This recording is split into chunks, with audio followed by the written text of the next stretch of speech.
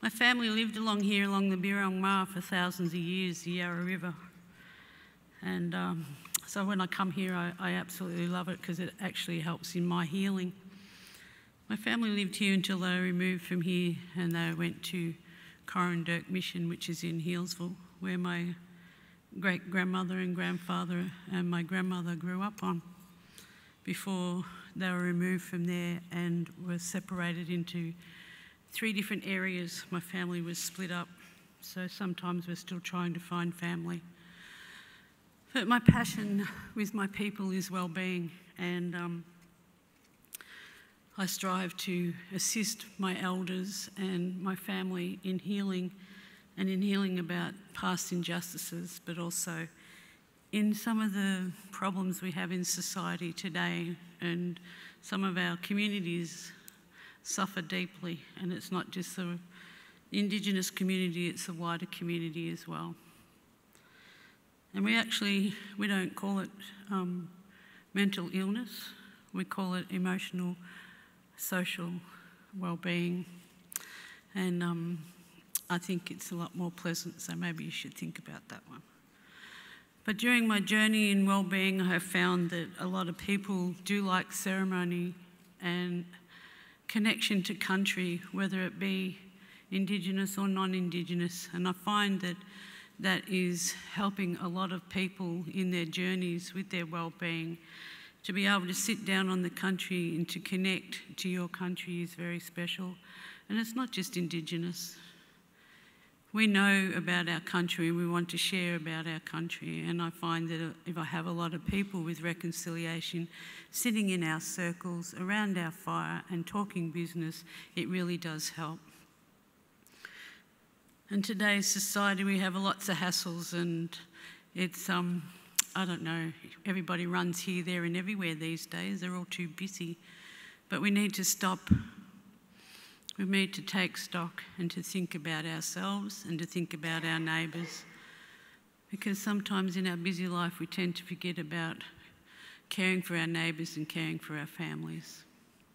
So I'd like to ask each and every one of you, while you are here and you have a chance this evening, to talk to someone that you don't know and share a bit about who you are and where you come from. And the reason I ask that is because I firmly believe if we can understand each other, we can live in harmony. And when we do that, we actually eradicate racism and stigma. And that's what happens with a lot of people with wellbeing issues. They have a lot of stigma. So I'd like to offer you my hand in friendship, and I do that with cultural respect and dignity as a symbol so that we can all walk together. May Bunjil, my creators, surround you all and keep you safe on country. On behalf of my elders, I say Waminjika, Wurundjeri Ballak Yemengundi Bik. That means welcome to the home of Wurundjeri country. And I wish to welcome you all from the tops of the trees to the roots in the ground, because when you look after this beautiful country, it really will look after us. So thank you.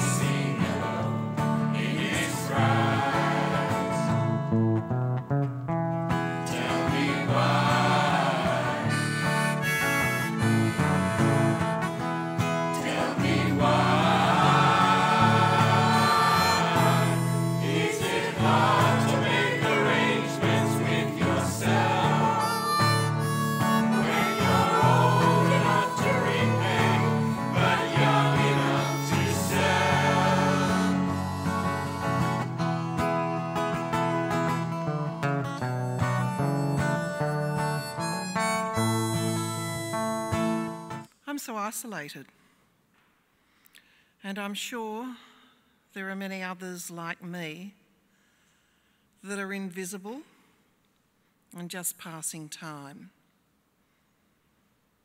And on the surface, he functions well. But he's made no connections and he feels lost. I have no supports whatsoever. I'm completely alone. These comments have been taken from our 2013 survey of issues people raised with us about living with mental illness. Thanks everybody for joining us tonight for this year's Bruce Woodcock lecture. We're here to talk about loneliness and social isolation.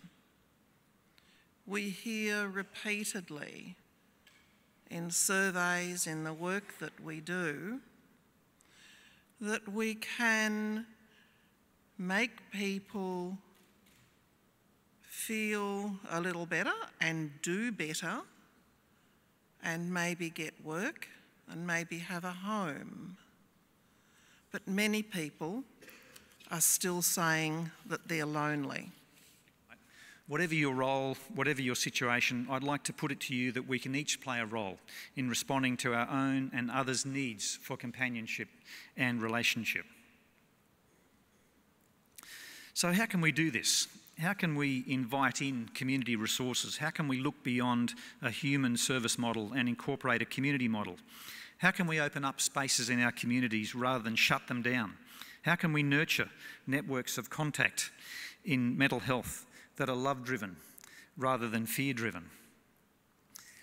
And how particularly can we do this at a time when we know that social capital is weakening and fragmenting? From the work of Putnam and others, the research is clear that our communities are more transient, more mobile, more fragmented, more individualised and more segmented. So how can we build belonging links in our suburbs, which have been described by Louis Mumford as the collective effort to live a private life? So the context for this whole vision is very challenging, isn't it? This is a tough gig that we're talking about tonight. So maybe a good place to start is from the grounded community-based stories of people who are finding ways forward. Maybe we need to hear how some people are making a go of it. And let's hear from one person now who's flown down from Brisbane to tell you her story of life in her suburb, West End, in the inner southern suburbs of Brisbane. Deborah is a teacher and guide for me in this community venture. She's lived through many challenges and she's also taught me much, and I honour her as a tough survivor and a very talented and resilient and intelligent person. I used to live in institutions and hostels, and I used to have to do things by the rules, and I can do what I like now, within reason. I like living in my own house. I can choose what I want to do, but not make a lot of noise, because that would disturb my neighbours. I have very good friends, Marilyn and Ralph Warner. I used to sleep on their doorstep. Jesus, this light's not good. Of their shop in the city every night. When I lived on the streets, Ralph is a good friend. I speak to him nearly every day. He is kind to me. I go to Marilyn and Ralph's for lunch when I can. Jan, one of my workers, used to help me cook dinner on Monday nights so that I could invite Dirk, Rachel and other friends over for the evening. When I have had hard times in my past few months, in the past few months, I have been able to stay at Dave and Holly's house. until I was ready to go back home. There are other hostel households I have stayed at too when things get tough. To help me manage my mental health and the hard times that I go through, I have made a list of things that might help me. These include such things as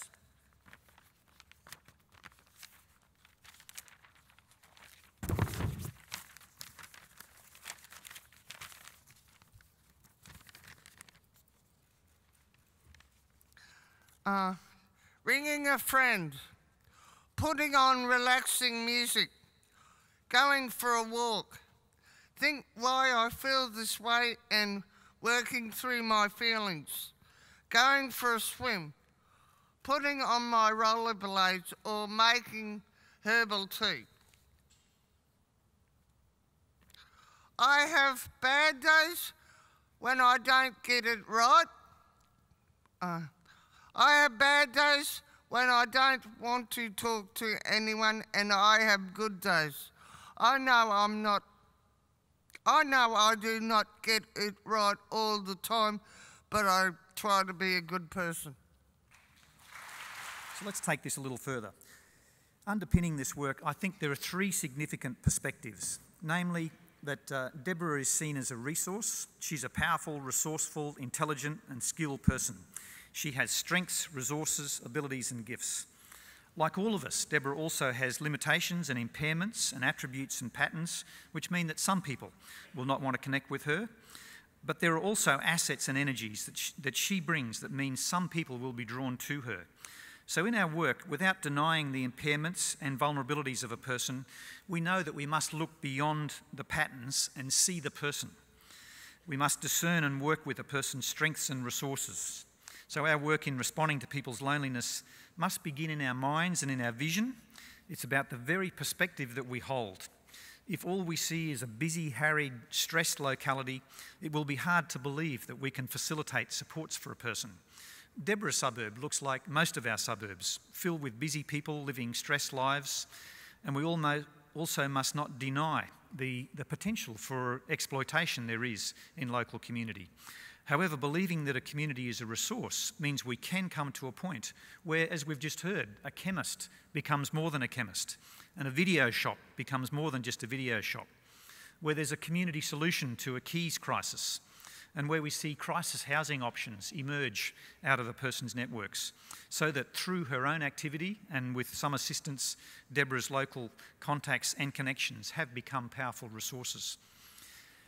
A third perspective is that we see that assistants and allies and service providers can function as facilitators and doorways and in a connector, inclusion kind of role, as well as support and care and clinical roles.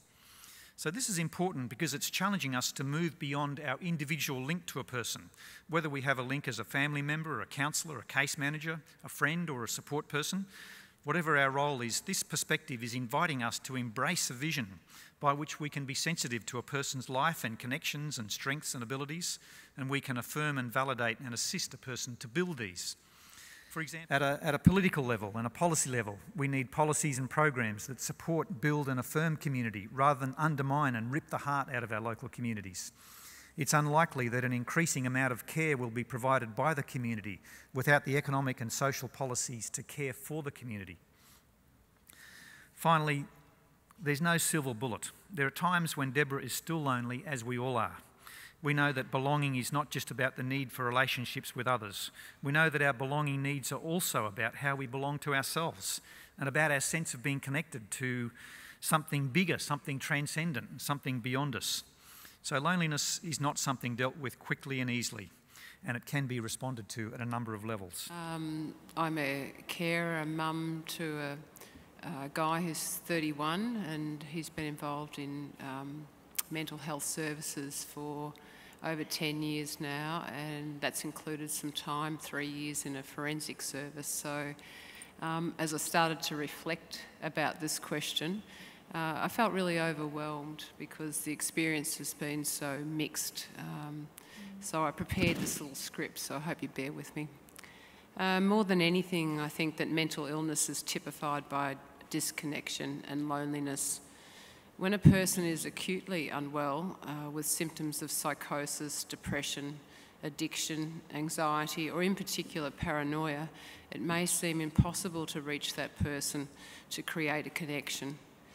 It might be that in this chaos, it's the carer who is the only person who recognises the essence of that person. At these times, others may need to respect what the carer knows and try to protect and support that fragile connection.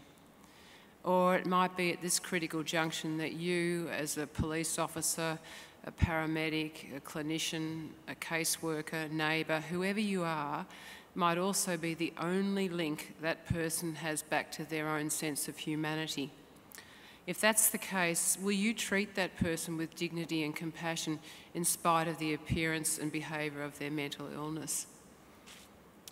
As a carer, I see it's like trying to light a little campfire in the snow where everything is wet and cold. After many attempts, when everything seems hopeless, you get a little spark. You blow softly, but desperately to keep it going. You're dizzy and you can't move away to get more leaves or kindling in case it goes out. You're stuck and afraid that if you stop blowing on that little ember, it might go out forever.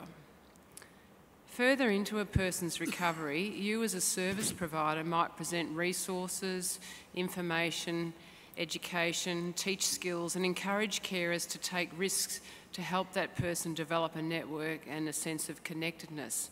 But in my experience, there are two essential elements to consider. Firstly, ask yourself, what is the main game? What is the outcome we're all looking for? Certainly, alleviation of the symptoms of mental illness is key, but in my mind, feeling connected helps turn an existence into a life worth living. Ask yourself, what is it that that carer sees in their loved one that makes them endure and persevere through some of the most challenging experiences? See that little glow and try as hard as you can to connect with that. And lastly, and this applies particularly to those working in inpatient, forensic and residential services, we're not working on some plan for someone's future. In many cases, this is the person's life. It goes on for weeks, months and years. Your daily interactions might be their only opportunity to connect. Next time you're at work, I'd like you to ponder, if this was your life, what would you be hoping for? Comment. I think that we had been delivering day programs for a long time, and we asked people regularly what it was they needed and wanted, and people kept on telling us that they wanted friends and that they didn't have enough relationships and that they were feeling a lack of intimacy. And like Liz said at the beginning, other things were shifting. People were finding homes, people were working or going back to study. This just wasn't seeming to shift. And I think that peer support is so important. We know that that works for people in recovery, but we also know that the kind of connection that you have with someone who has a lived experience with mental illness is important, but you need other kinds of what my team would call peerness as well. You need people who are into the things that you're into. It's not going to unlock your loneliness if you like heavy metal music and you get sent to a country music group. You might meet other people who like music, but that's not going to turn into anything.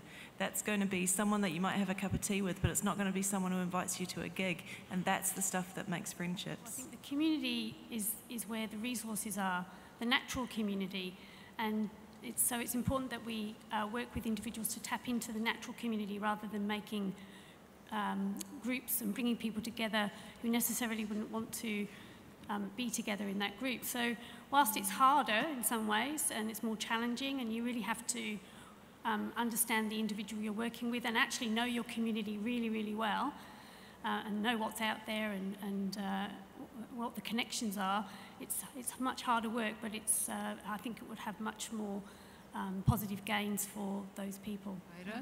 And I think if there's a lot of carers here tonight, we've got to be careful that you don't try and keep it all to yourself. that you don't see the coping and the managing as some sort of reflection on you if it sort of falls apart. I've found the more that I've shared and invited other people into this kind of journey that we've been on with my son, the more assistance that we've both had, but we all become enriched by the experience. So I think when you're trying to keep it all in and keep it together, perhaps you're doing yourself a disservice, the person a disservice, and maybe others who want to share in that and find out about themselves sort of take a risk and get something from that process. So.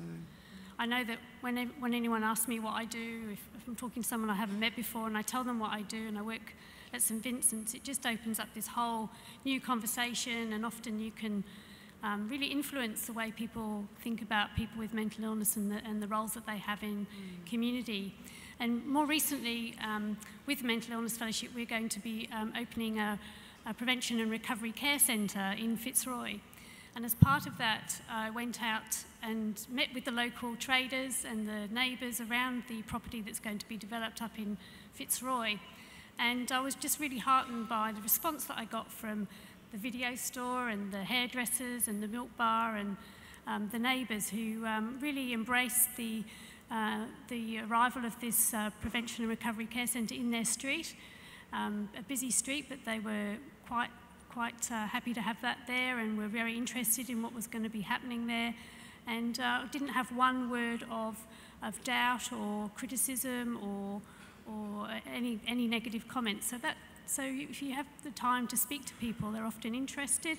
They always know someone in their family or a friend who knows someone who's experienced a mental illness and has had difficulties and has lived with adversity. So there's always opportunity wherever you are to have those conversations with people. And most of the time people are very receptive and open to thinking a bit differently about people with mental illness and including them in their communities.